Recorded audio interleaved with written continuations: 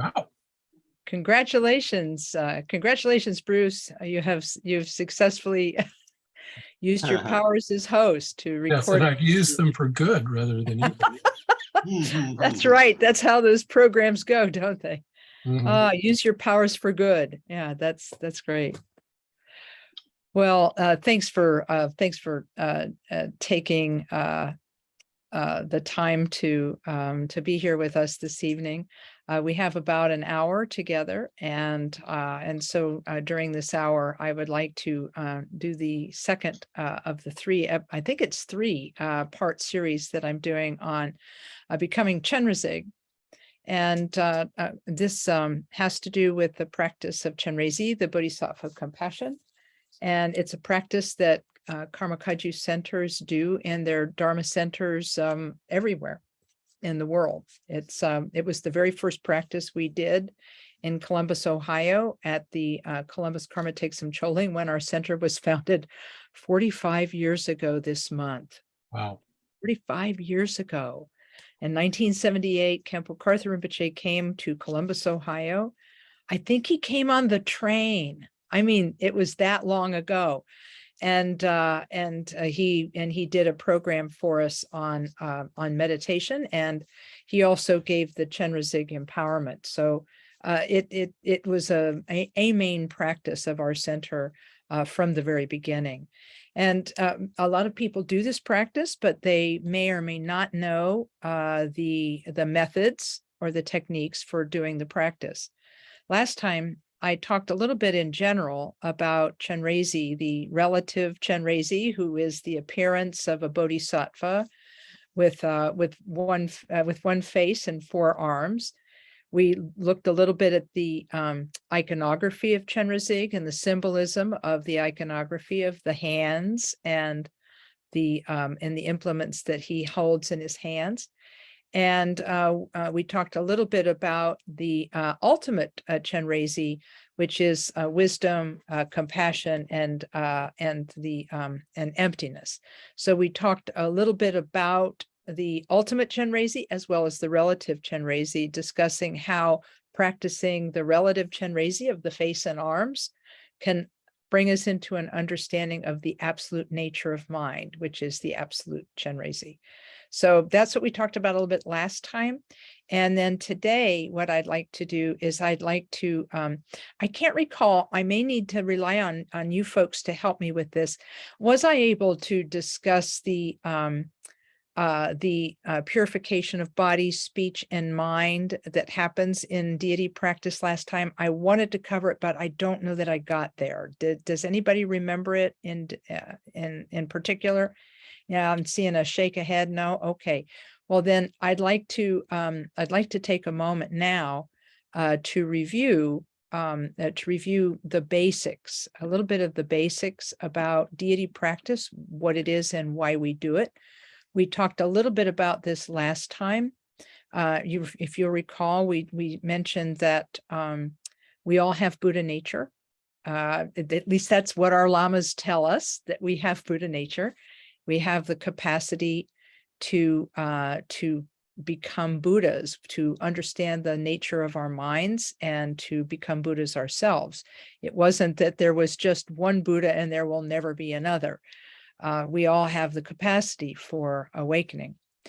And but we need a method for purifying ourselves of negativity and developing our inner qualities. And so the practice of deity yoga or mantra yoga or mantra yana, it is a method for working on uncovering our Buddha nature and to bring that Buddha nature to fruition. So let's see if I can make this happen. Oh yeah, looks like I can do it. Okay, good deal. I also now have a superpower. I can share my screen. So I'm going to share a short article that was based on a teaching by Bartotoko Rinpoche about a development and fulfillment stage meditation, sometimes called creation and completion meditation. And so it starts with the topic of transformation. The work of the Buddhist path is transforming our confusion, the confusion we have as sentient beings, into primordial awareness or Buddhahood. Now, theoretically, this sounds easy. In our ordinary state, our mind is clouded and confused, but if we recognize our mind's true nature, we experience primordial awareness. However, on the practical level, this doesn't happen automatically. One must use skillful means to transform discursive thought into enlightened awareness.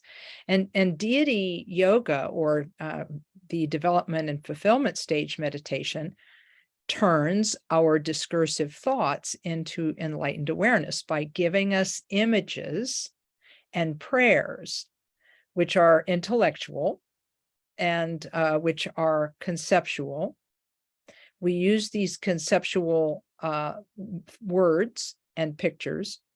By meditating upon these, we begin to break up our tendency to cling and to solidify things.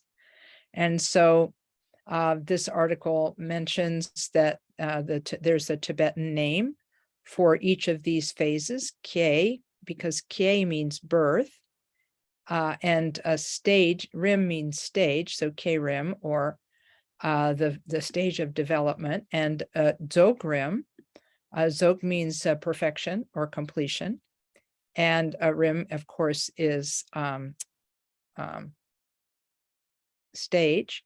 And so we have Kye Rim and Dzog Rim are the names for these in Tibetan.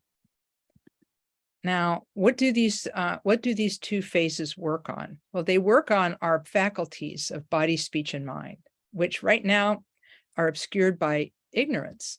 So to transform these, we have to become physically, verbally, and mentally aware. Therefore, in Vajrayana, we use all three of these faculties. We have a physical body, and we're quite attached to it. When we look at it in the mirror and it looks like it's changing, we get upset about that. When we worry about it all the time. Yet our body is only temporary. This confusion, thinking that the body is somehow permanent and unchanging, this confusion obstructs the arising of our primordial awareness.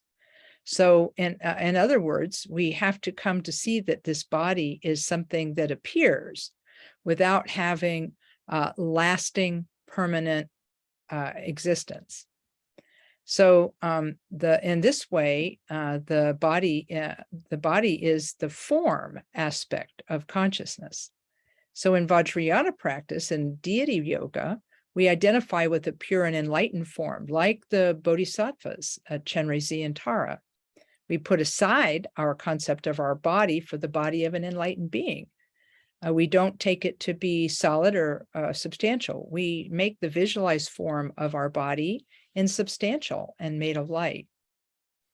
If we completely identify with this form, we experience what is called the union of appearance and emptiness. This is an experience that we can have, or a training that we can do.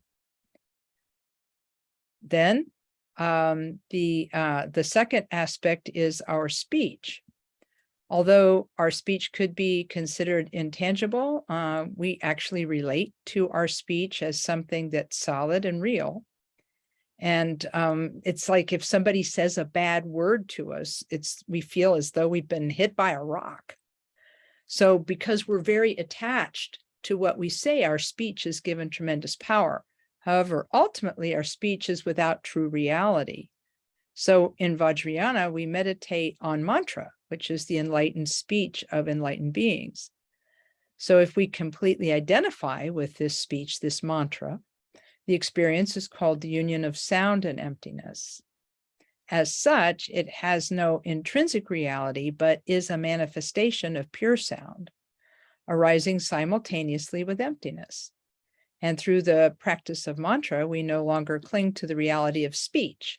So the confusion of speech is cut through and transformed. And then lastly, our mind. Normally, we believe our thoughts are real and substantial. And believing this, it says weak, that's very funny. And believing this, we misunderstand our mind's true nature. In Vajrayana, our mind is concentrated on the visualization of the enlightened beings and the mantra, and particularly the seed syllable, which is usually located in the heart of the enlightened being. The seed syllable is considered to be the essence of the enlightened being upon whom we're meditating. While meditating on this mantra and seed syllable in the heart, we sometimes will see lights, because the instructions will tell us to see lights going out and in and making offerings and so forth. Meanwhile, our mind is resting in its own nature of emptiness. And Rinpoche, Bardo Rinpoche said that after practicing this for some time, there will be a shift in our understanding. It won't just be an intellectual exercise anymore or an imaginative exercise anymore. We'll actually have the experience that anything arising in the mind arises from and dissolves back into emptiness. For the time that we have that experience, we experience only emptiness, a state that's called the union of awareness and emptiness. And this is Mahamudra, the great seal of emptiness and wisdom. And at the conclusion of our meditation session, we dissolve our visualization of ourselves as an enlightened being into a formless state and simply rest the mind comfortably in its own nature. And then arising from that, we can experience all three of these, body, speech, and mind, as arising from primordial awareness. So in this way, we gather all of the aspects of our experience into one, the emptiness of mind from which everything arises. And I'll be coming back to the second half of this later, but this is a little bit about the why of deity yoga. We currently have confusion about our body, speech, and mind. We think everything is solid, real, and permanent, where it's actually impermanent and always changing. So in order to break our fixation on body, speech, and mind, we create a new reality. I sometimes call it like a bigger, better duality.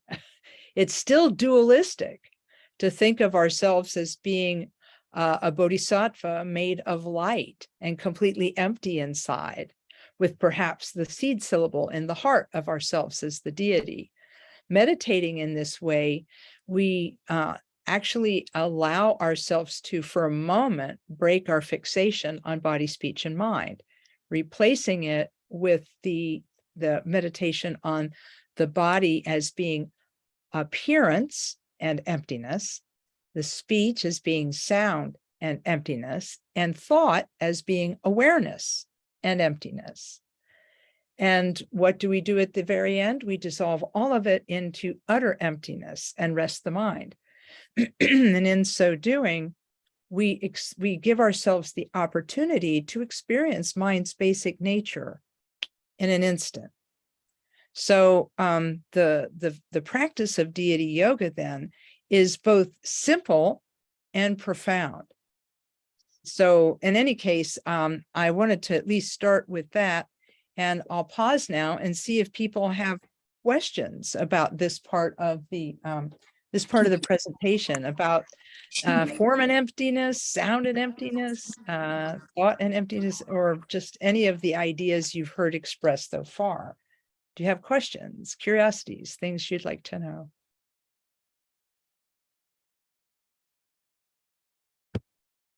Operators are standing by to take your call.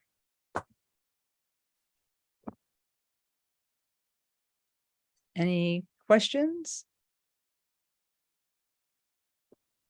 Okay, just thought I would check. Always a good idea. Well, then I guess the next thing to do is to talk about the Chenrezig practice. Let me ask a question of you. Do you folks use the KTD Chenrezig sadhana?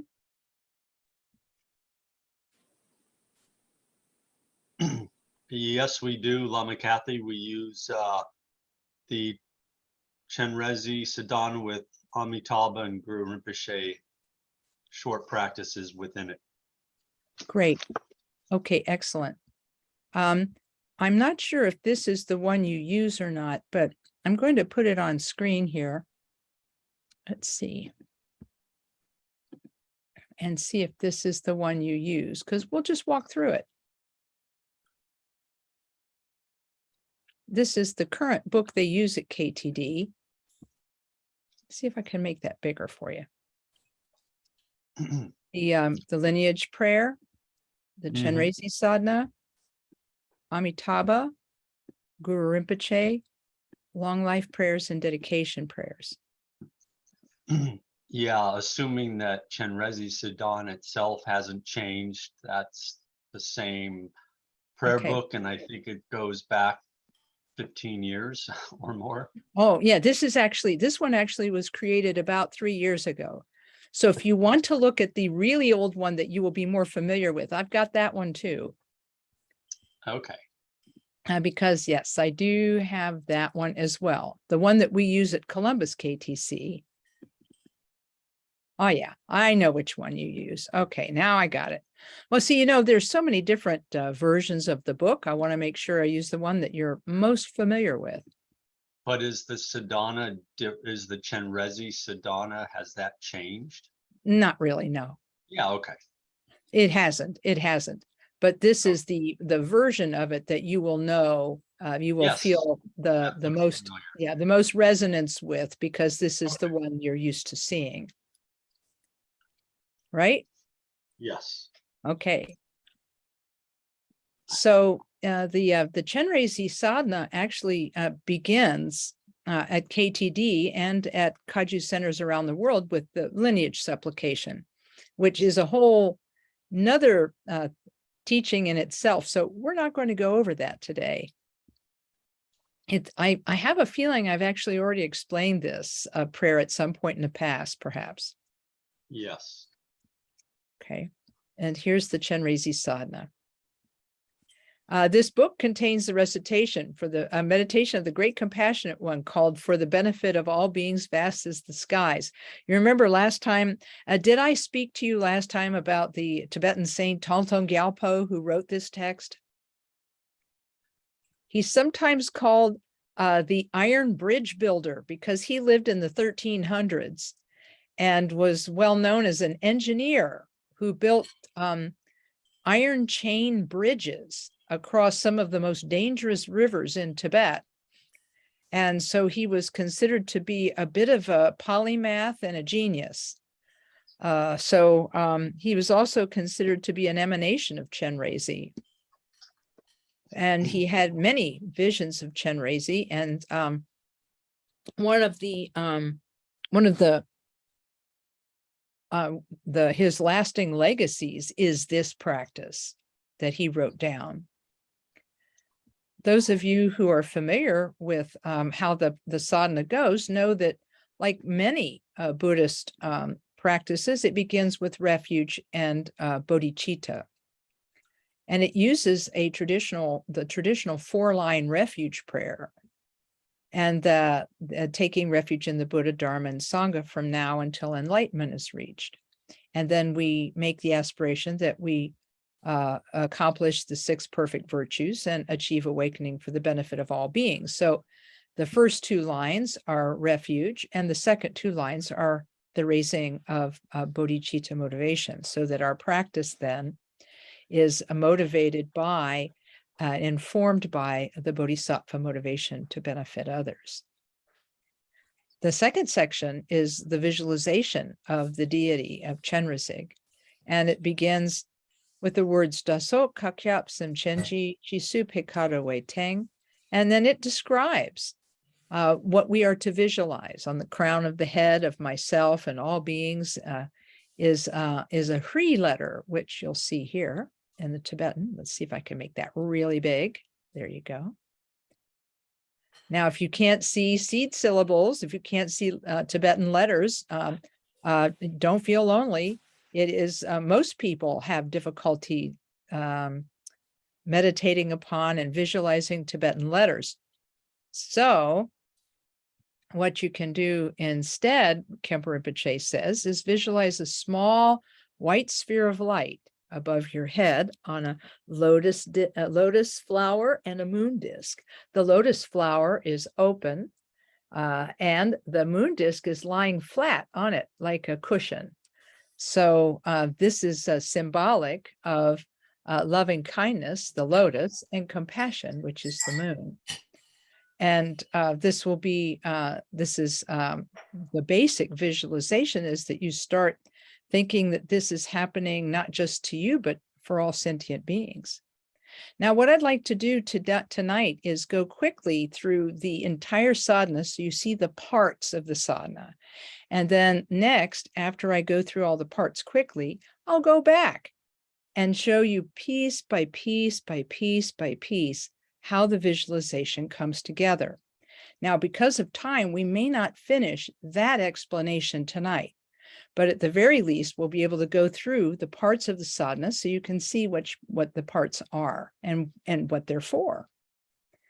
So it starts with refuge and bodhicitta and then proceeds into visualizing Chenrezig external to you. You are just your ordinary you. And above your head is the seed syllable Hri, which we will learn in the next section of our practice, of our class. We'll learn how that Hri syllable turns into Chenrezig. That's for the next class. And so it then describes his iconography just as we talked about it last week or last month. He has 4 arms, and the inner ones are closed in prayer with a jewel in between them. And the outer right hand holds the rosary, the outer left hand holds a lotus, right rosary, left lotus. And he wears silks and jewels and is sitting in the Vajra posture, and has another moon disk as his backrest. And this section of visualization ends by saying he is the central nature of all those in whom we take refuge, meaning all the Buddhas and Bodhisattvas.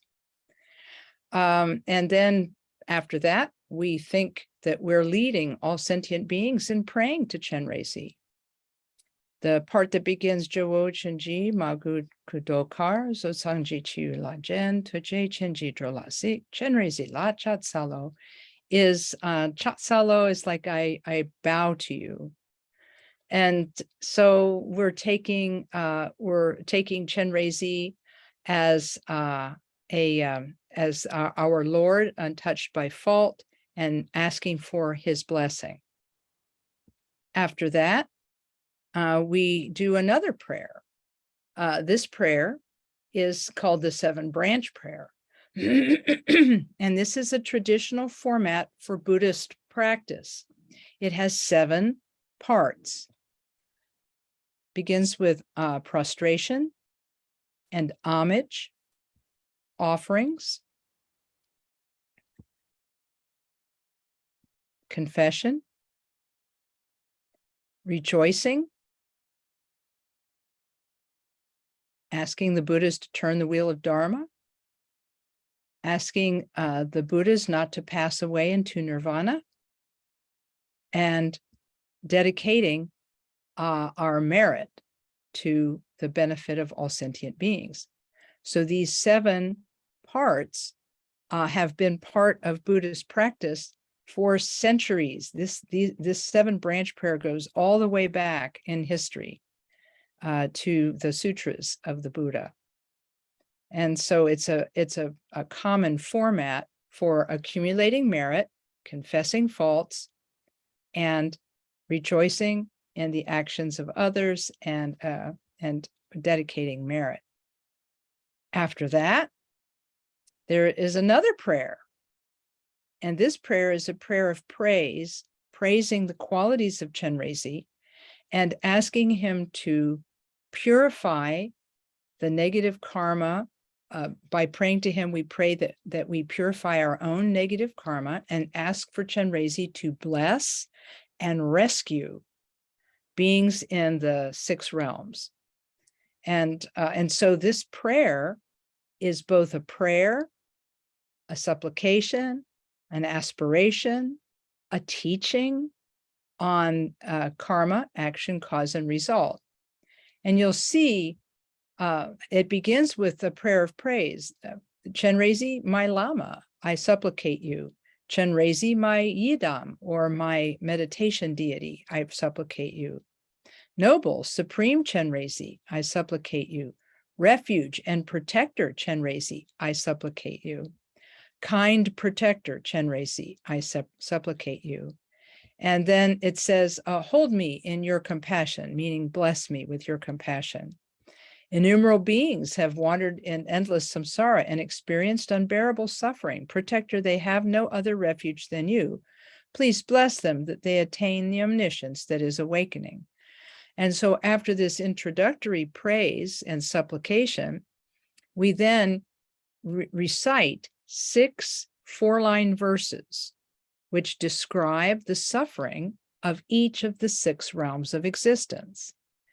And it describes in the first 3 lines of each 4-line verse, it describes the suffering of beings in that realm and what brings about their suffering.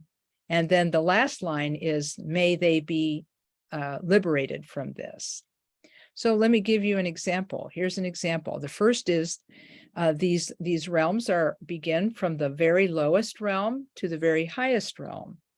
So the first is the realm of the hell beings, compelled by negative karma, gathered from beginningless time. Living beings through the force of anger are born as hell beings and experience the suffering of heat and cold.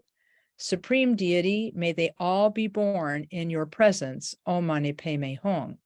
So we ask Chenrezig to work to liberate beings in the very lowest of realms. And the next realm that is discussed is the compelled by negative karma. Living beings through the force of miserliness are born in the realm of hungry ghosts and experience the suffering of hunger and thirst. We ask that they may be born in your Chenrezig's supreme realm, the Potala. And so in succession, it goes through each of the 6 realms, describing the suffering that is brought on by the various negative mental afflictions. The next realm is the realm of the animals.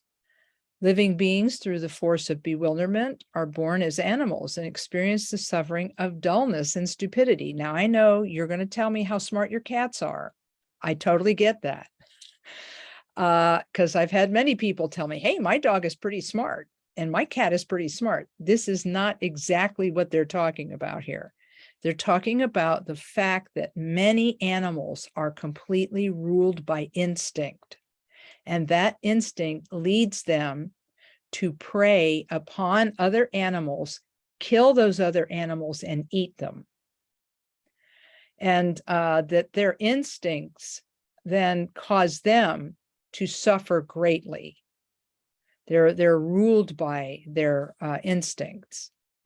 And so this is what brings about their suffering as animals. But they don't just talk about animals. The next realm they talk about is our human realm. Through the force of desire, beings are born in the realm of humans and experience the suffering of, catch this, constant toil and poverty. Does that sound familiar? It seems to be what is always going on for us in the human realm. And we pray that they be reborn in your pure land of Dewa Chen. Then we start going to the next 2 upper realms. From negative karma, living beings through the force of jealousy are born in the realm of demigods and experience the suffering of fighting and quarreling. May they be born in your realm, the Potala. These are actually sometimes called the jealous gods. The final realm, the highest realm, they're still in samsara, is the realm of the gods. Through the force of pride, they're born in the realm of gods and experience the suffering of change and downfall. May they be born in your realm, the Potala. And each time we recite the verse, we recite Om Mani Padme Hum. Khenpo Karthar Rinpoche, in one of his teachings on Chenrezig, said each of these syllables purify one of the negative mental afflictions that result in rebirth in these other realms of samsara. Om purifies pride. Ma purifies jealousy. Ni purifies this desire. Pe purifies stupidity. May purifies miserliness, and Hung purifies hatred and anger. So by reciting this mantra, we pray that beings in these realms be liberated from samsara. And this prayer ends by saying, in all of my existences, may my deeds equal Chenrezig's. In this way, may all beings be liberated from impure realms, and may the perfect sound of your 6-syllable mantra pervade the 10 directions. By the power of supplicating you, Chenrezig, may all those who will be my disciples in the future take seriously the causes and effects of karma and diligently practice virtuous actions.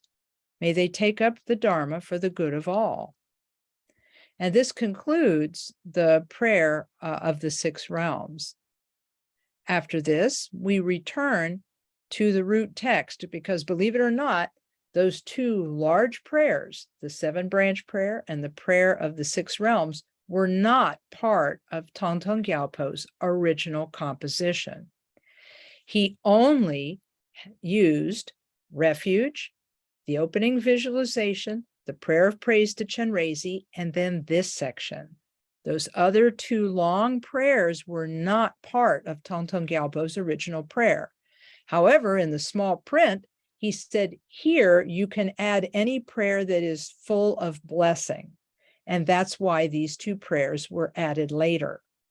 You don't have to do them, but so if you choose to do a shorter version of Chenrezig, you can omit those 2 long prayers and go straight from the prayer of praise, that is Jo Wo, the one, Lord, unstained by any fault, and so forth.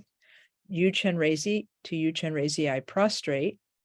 You can go from there directly to here, where it says, by having prayed like this, light rays radiating from the Chenrezig above my head purify the appearances of delusion.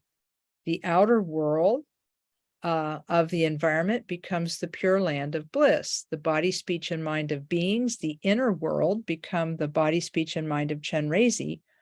All appearance, sound, and awareness are inseparable from emptiness. This is very deep teaching, and we'll be talking about this teaching next time.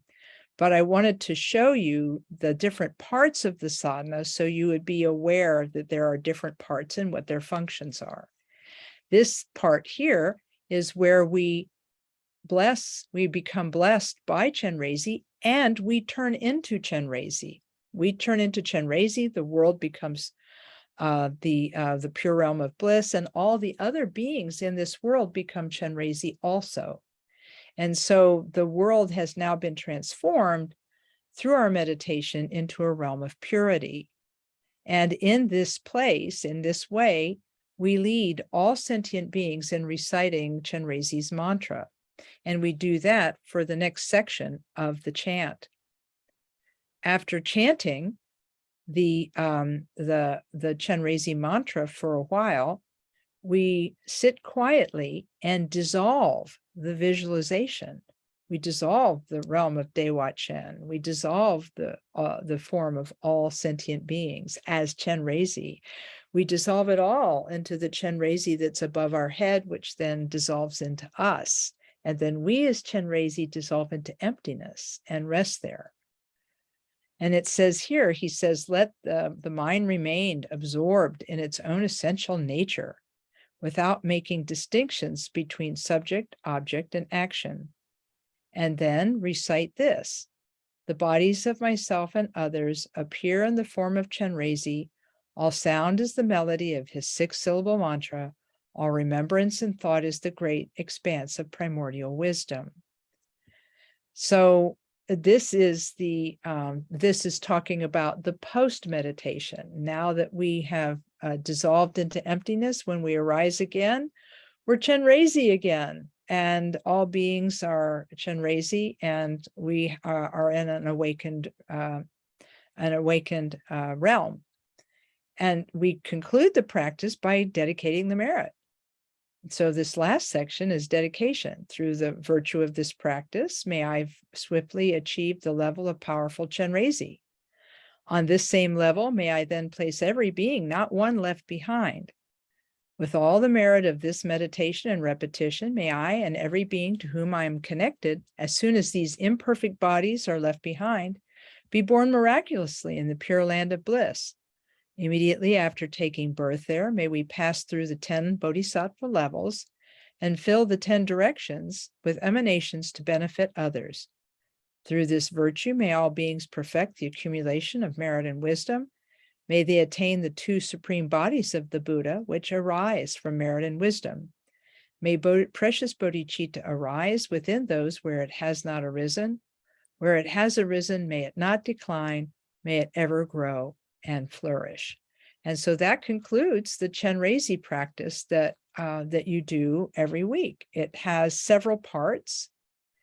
And by going through these several parts, you get an idea of what's happening in the sadhana.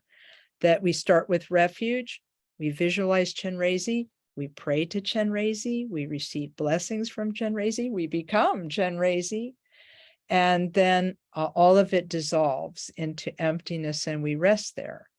Then we dedicate the merit and go about our lives as Chenrezig.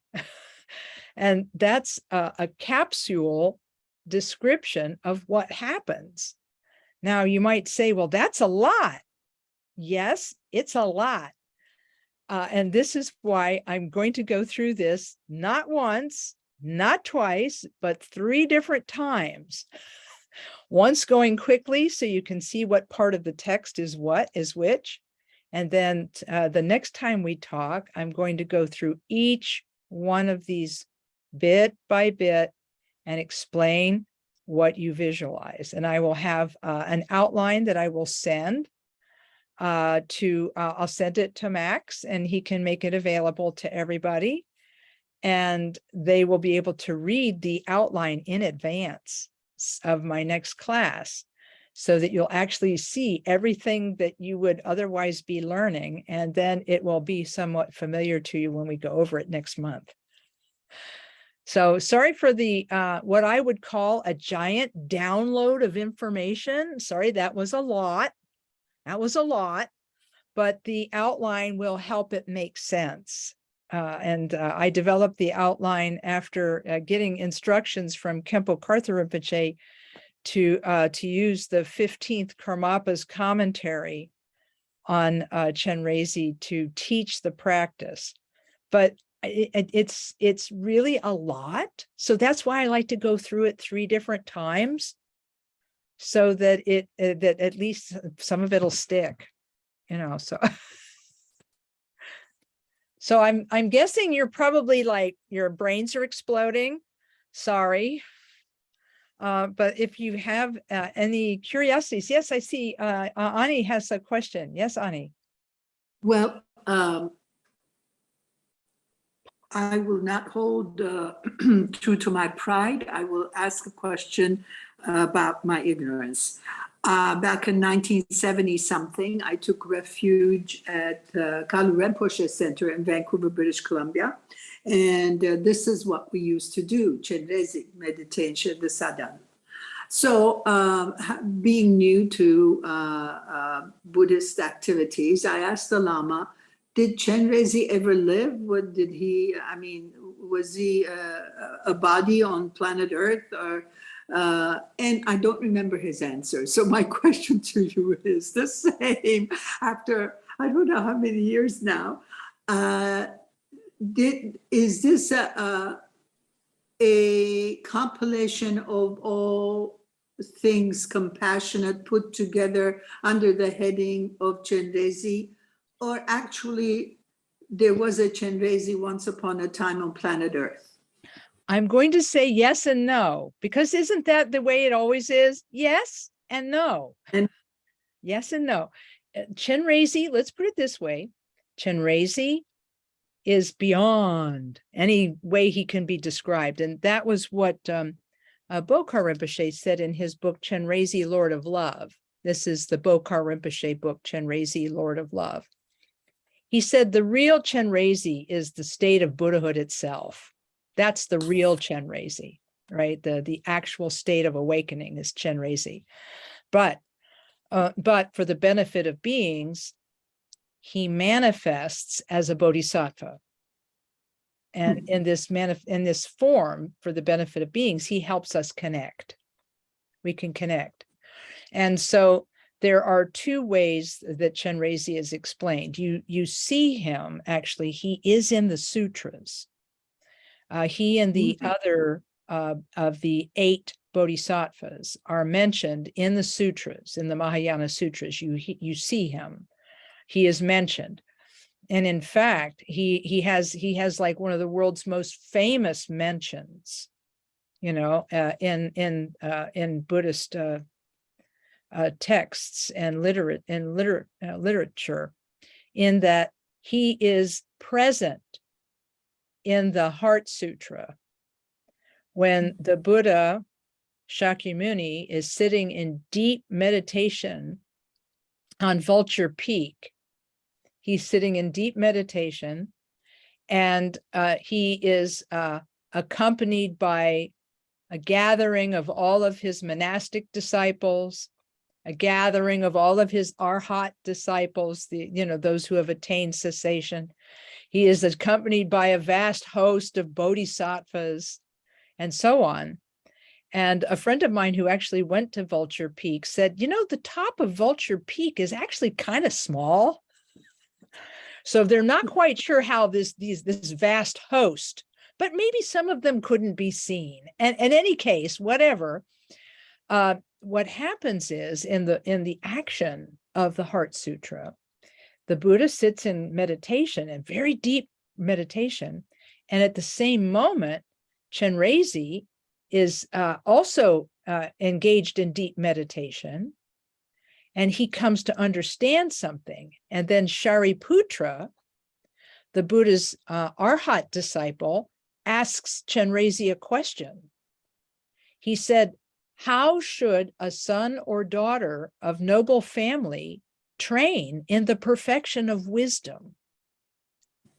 And to be, to answer the question, Chenrezig, who has just had a realization, answers the question. They should see it like this.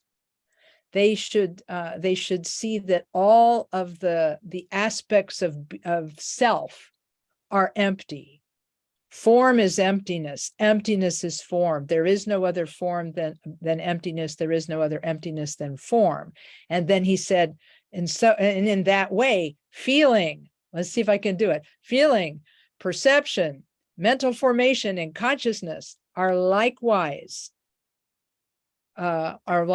free of solidity and permanence. They're all empty. And then Chenrezig just keeps talking. He just keeps talking. He says at the very end, he said, therefore, it should be known as truth, for there is no deception. So he describes emptiness. And then he said but this is all summarized in the great mantra. And then he gives the mantra, Teata, right? Gate gate paragate parasamgate bodhiswaha, so swaha or soha. And then from at that moment, after he has said this, the Buddha Shakyamuni, who has been silent this entire time, he has said nothing, and then arises from his meditation and addresses Chenrezig, saying, yes, it is exactly as you have said. So endorses then what Chenrezig has said. And then everybody rejoiced, and that's the end of the sutra. So Chenrezig has a role in this incredibly famous sutra as being the person who gives the teaching, but then Shakyamuni arises from his meditation at the end and endorses it. So yeah, I guess he was here. I guess he was in the entourage of the Buddha. Now, so that part, I guess, is, but I don't know that we're ever going to find the tomb of Chenrezig. I don't know about that. Well, thank you. I kind of had settled down to thinking that Chenrezig represented the sum total of all things compassionate. And that's also true. That's actually also true. Well, I hung on to that bit. That is also true. Khenpo Karthar Rinpoche, I'm sorry, when I was visiting with Trungpa Rinpoche one time, I was asked to give a teaching like instantly. Oh, by the way, since you're here, would you teach on Medicine Buddha? And I'm like, what? I don't have any of my notes. I don't have a text. I don't know what I'm doing. But I just did my best, right?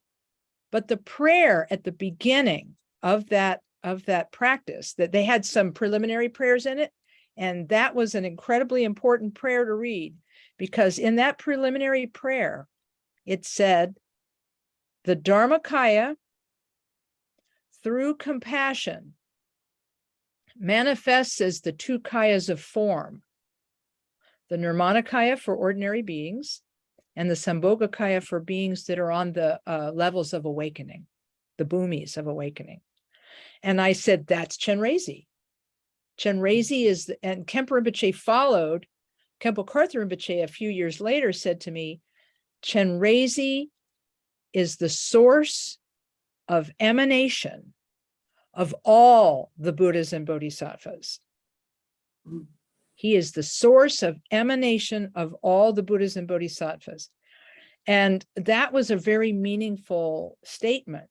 In other words, the Dharmakaya, enlightened mind, through compassion, manifests for us the two kayas of form, and by doing that, enables us to connect to Dharma. So you could say Chenrezig is an idea. You could say Chenrezig is the compassion of all Buddhas. That is what he is. So he is all of those things. And I don't think that any one of them precludes the other. I don't think any one of them eliminates the other.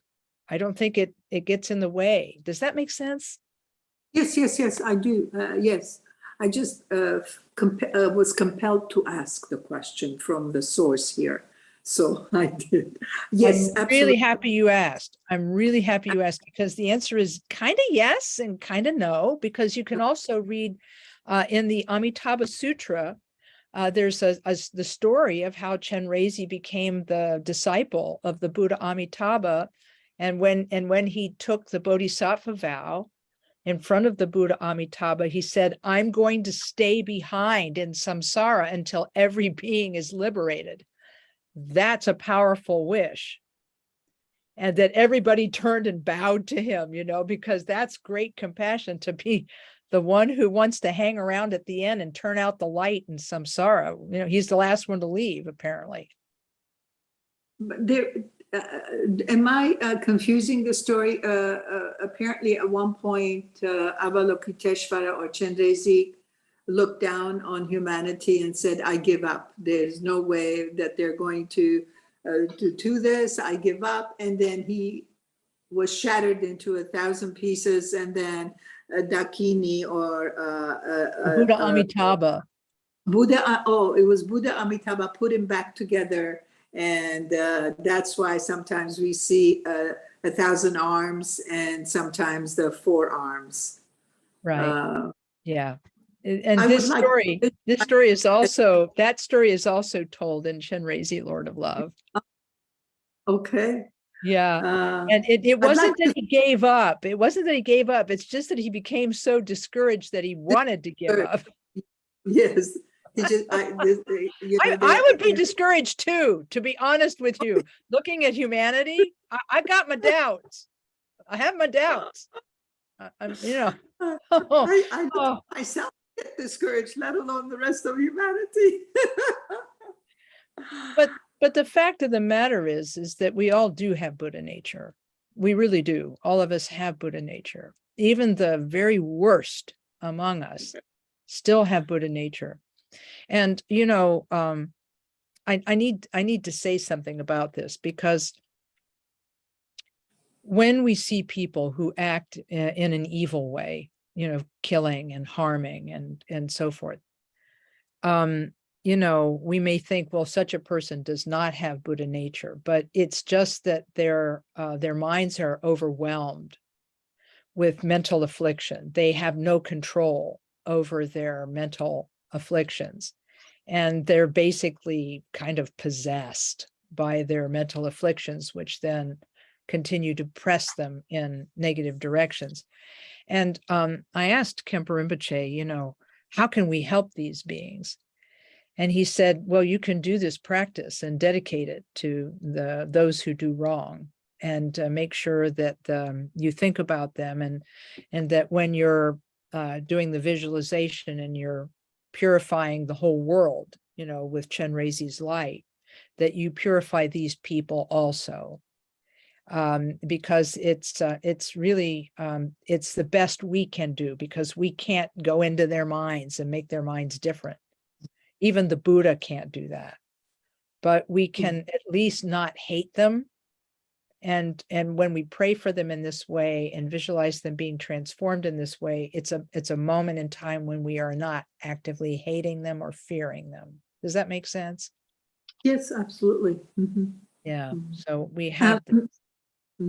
May I ask where that the book that you the Chenrezig, where can one get that?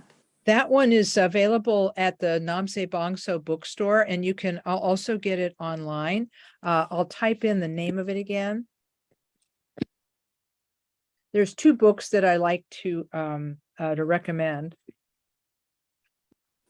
The first book is Chenrezig, Lord of Love, and the author's name is Bokhar Rinpoche. And the second book is Chenrezig for the Benefit of All Beings.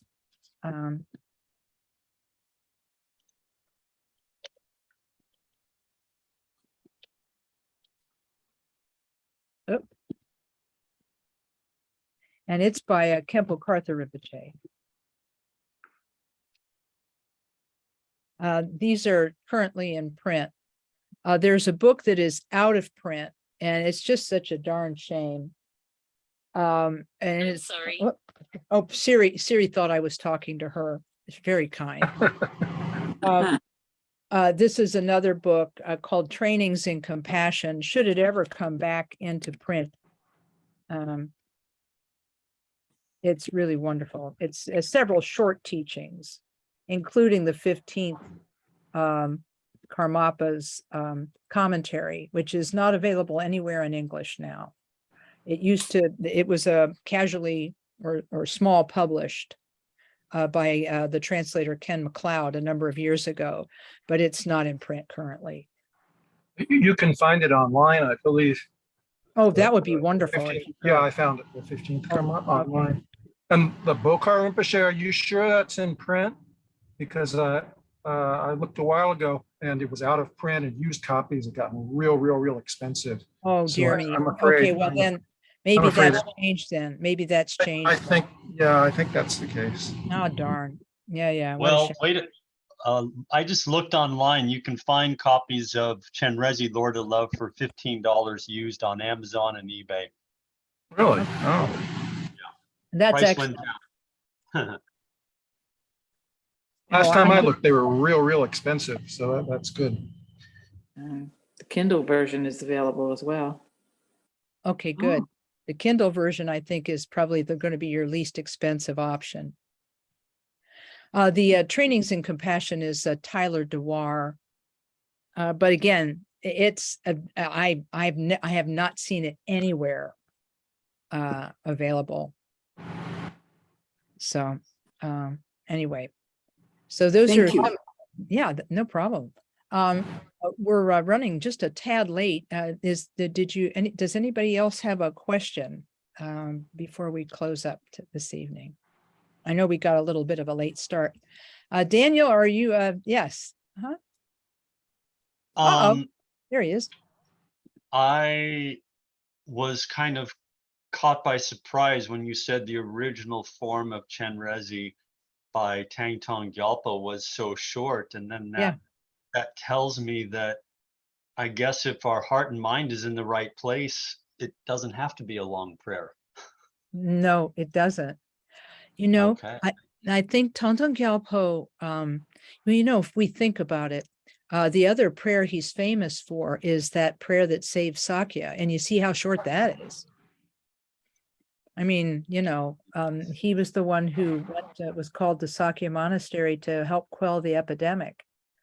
And he said a prayer of refuge, and then he Yes. recited Om Mani Padme Hum 108 times while doing his deep meditation, and the pandemic was quelled. And it is followed. There are prayers that follow the mantra recitation where he makes the request that the pandemic subside, but it's still relatively short compared to many things. I don't know that I'll be able to put my hands on it, but I'm going to try. There is I might actually have the short. I asked for a short Chenrezig text to be produced, and Andrew Quintman made one, but I don't think I'm going to be able to put my hands on it right now. Darn it. Yeah, no, I'm not going to be able to put my hands on it right now, but I'll see if I can get it for the next time. It's I feel like the copy of it needs to be improved because it's a very light copy. You know, it's like, I'm not good at, I can't do all of the fancy things with the PDFs, you know, darkening print and type and things like that. But if I could, I sure would, because it's, you know, pretty cool. Because it is just that short practice. Okay. Yeah, all I got is the Mandarin one. I can't find the oh, here it is. Ta-da. Okay, very good. It'll look like a bad Xerox to you. Sorry for that. Let's see, just for fun. Here it is.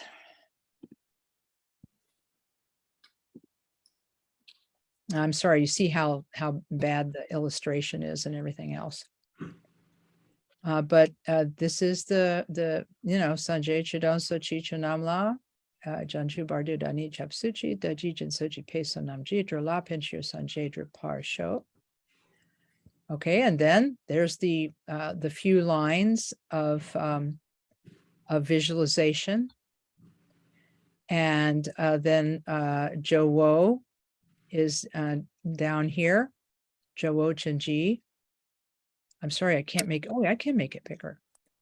Chenrezig La Chat Salo, there it is. And then Detar Se Chik Sol Tape, that's with the other two prayers omitted. And then Om Mani Padme Hum, and then the dedication is actually shorter than the one in the KTC, in the KTD text. So that's it. This is the recitation and meditation of the great compassionate one called the welfare of beings vastest space. So that's the whole thing. That's it. So no, it doesn't have to be long. And in fact, there's a tradition of short texts among great yogins like Tonton Gyalpo, and the other one that's great yogin that is well known for producing short texts is Karma Chagme, who lived in the 17th century, and he composed many long texts, of course, but he also composed many short texts.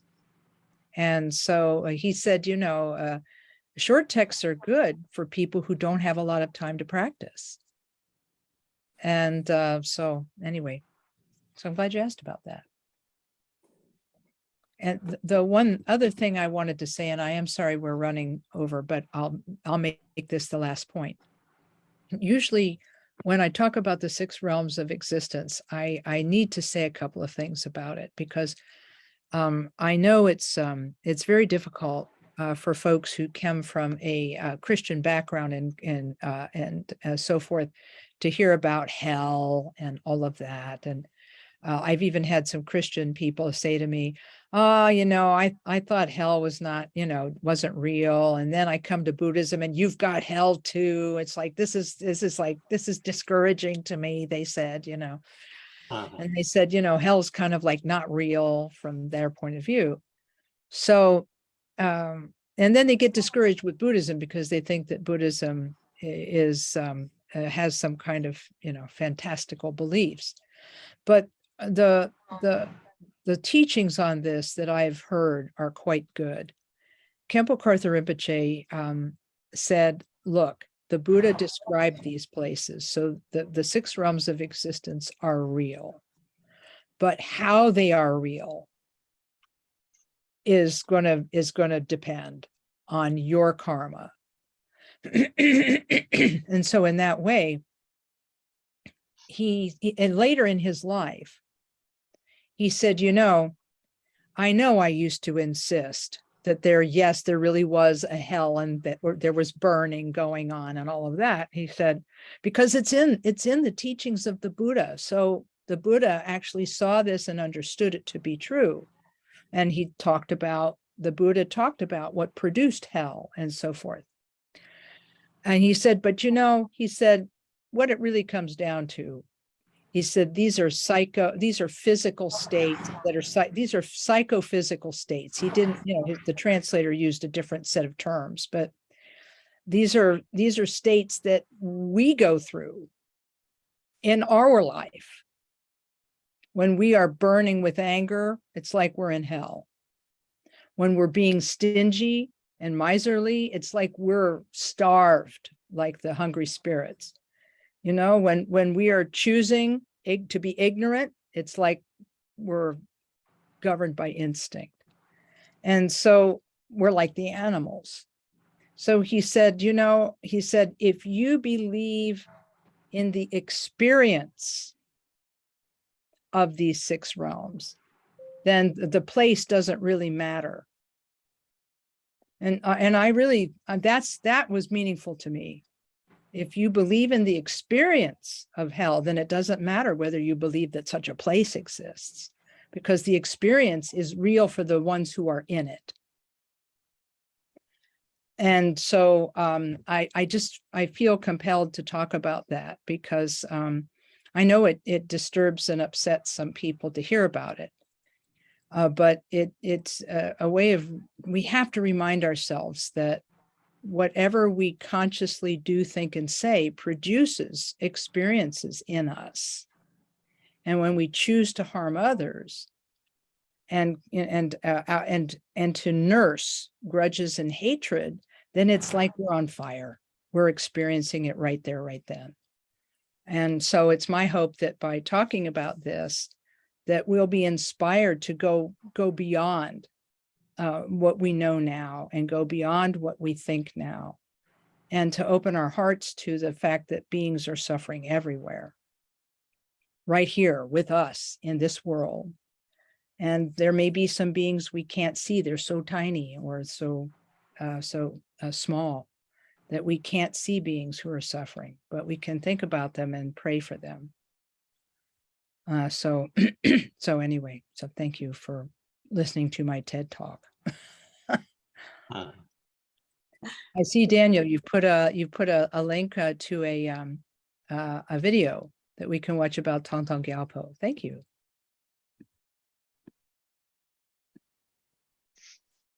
Well, I should stop here, but once again, I just want to thank all of you for being here and for being part of this class this evening.